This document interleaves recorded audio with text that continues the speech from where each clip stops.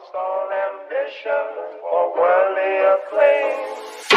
I just wanna be the one you love, and with your admission that you feel the same. I just wanna be the one you love. Wa asirru qawlakum aw ijharu bih innahu alimun bidzatis sudur.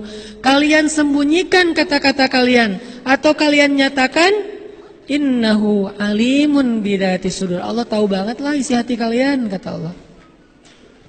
Sehingga kalau kita cuman berucap ngegombal ke Allah tapi di hatinya tuh nggak jujur, Allah nolak gombal kita. Apa contoh gombal ke Allahnya?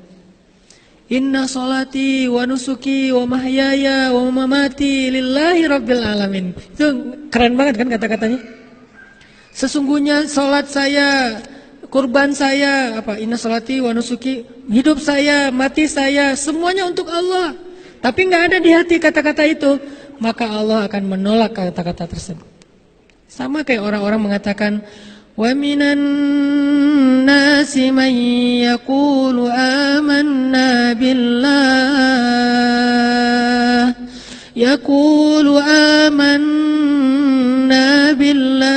wa bil yaumil akhir.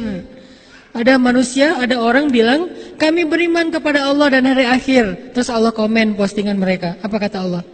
Wa ma hum bimu'minin. Mereka enggak beriman. Ditambah lagi komen sama Allah berikutnya. Jadi di replay komennya tuh berkali-kali. Apa komen berikutnya?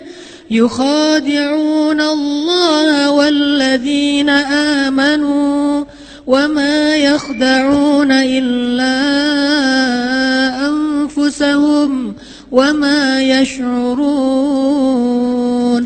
Mereka bohong, kata Allah. Kenapa kok Allah menjudge seorang yang berkata-kata baik? Kami beriman, kata mereka. Kan baik kan kata-kata ini ya. Asyhadu an la ilaha illallah, inna sholati wa nusuki. Apalagi hasbiyallahu wa ni'mal wakil, la haula wala quwata illa billah. Apalagi kalimat-kalimatnya. La'allahu khair, iyyaka na'budu wa iyyaka nasta'in. La tahzan innallaha ma'ana. Semua kata-kata yang baik, tapi Allah komennya enggak, kata Allah. Bohong, kata Allah. Kok Allah menjudge kayak gitu padahal ucapannya baik? Jawabannya ada di ayat berikutnya. Fi qulubihim marad. Karena di hati mereka ada penyakit. Apa penyakitnya? Gak jujur. Makanya kalau ke Allah muamalah itu di sini letaknya. Kalau ke manusia dengan lisan.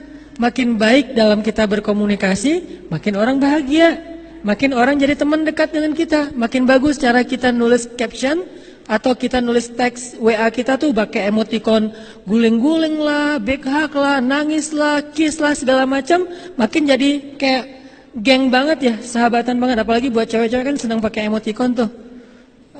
Kadang-kadang kalau di line emoticonnya sampai di share segala macam karena itu kayak bahasa komunikasi. Kalau ke Allah nggak bisa.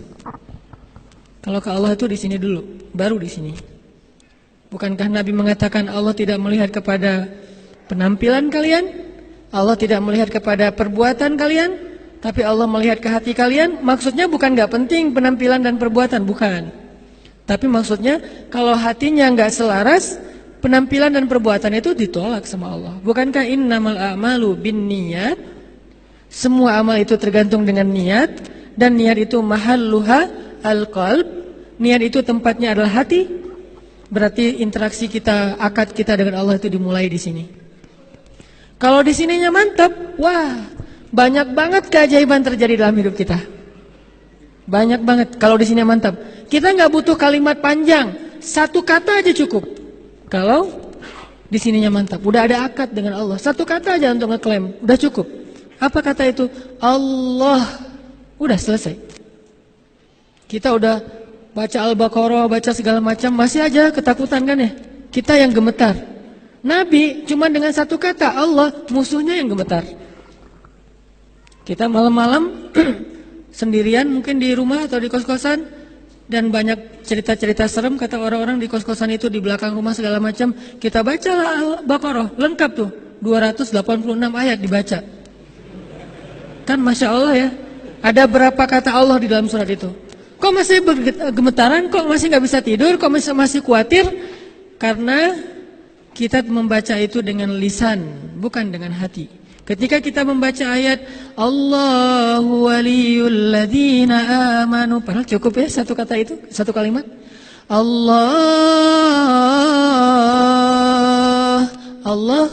Allahu waliyul ladzina amanu, pelindung orang yang beriman. Kan selesai ini seharusnya. Allahu waliyul ladzina amanu. Ya udah saya yakin. Selesai seharusnya. Udah tenang, tumanina, bisa tidur, sakinah. Padahal kan kata-katanya tuh udah mantep banget. Kenapa masih kurang? Di sininya belum. Kita baca Al-Mulk, kita baca Yasin, kita baca banyak surah di Al-Quran yang semuanya juga baik. Al-Kahfi. Kenapa kok nggak bisa bikin kita tenang ketika ada masalah? Lagi ada masalah galau berat nih, baca La tahzan innallaha ma'ana. Kita ulang-ulang. Lagi galau berat, baca Tabarakalladzi biyadihil mulku wa huwa ala kulli syai'in qadir. Kok masih galau? Karena lisan kita nggak klop dengan hati kita. Jadi nggak akan terjadi apa-apa dalam hidup kita. Kenapa nggak terjadi apa-apa? Karena kita nggak lagi bermuamalah dengan Allah. Kita lagi bermuamalah dengan orang atau dengan diri kita sendiri. Kalau kita pengen dapat pertolongan dengan Allah, pertolongan dari Allah, muamalahnya pakai ini. Bukan pakai ini doang. Kalau pakai ini, nggak usah panjang-panjang. Allah aja bisa selesai masalahnya. Kayak Nabi lagi ditodong senjata, benar-benar ditarik dikit aja. Itu kan pedang tajam banget tuh. Ditaruh di sininya Nabi atau mungkin di sininya, wallahu alam, yang jelas di leher Nabi, taruh di sini, ditarik sedikit, itu langsung kayak kita motong ayam, benar-benar langsung Nabi kegorok gitu. Dan itu benar-benar nggak ada yang melindungi Nabi di antara manusia. Dia bilang, siapa yang akan menyelamatkan kamu Muhammad sekarang? Teman-teman kamu, sahabat-sahabat kamu jauh. Nabi melihat ke arah dia dengan tenang dan hatinya mantap, mengatakan Allah. Langsung jatuh tuh pedang. Dia bukan megang pedang santai-santai gitu. Megangnya kan namanya juga mau gorok kan ya. Udah kayak orang megang samurai gitu kan, udah siap-siap nih mau ditarik. Begitu Nabi bilang Allah, gemetar sampai jatuh pedangnya. Kira-kira gemetarnya gimana tuh sampai pedangnya jatuh? Kan dahsyat banget kata-kata Nabi. Bisa nggak kita kayak gitu ke calon mertua? Terus anak saya dikasih makan siapa? Allah. Wah, beres. Kenapa nggak bisa malah kita yang tetap gemetaran? Nih, kita belum kuat hatinya. Sinyal hati kita tuh, sinyal iman kita tuh ke Allah belum terlalu mantap. Lahum darajatun 'inda rabbihim. Orang beriman itu bertingkat-tingkat.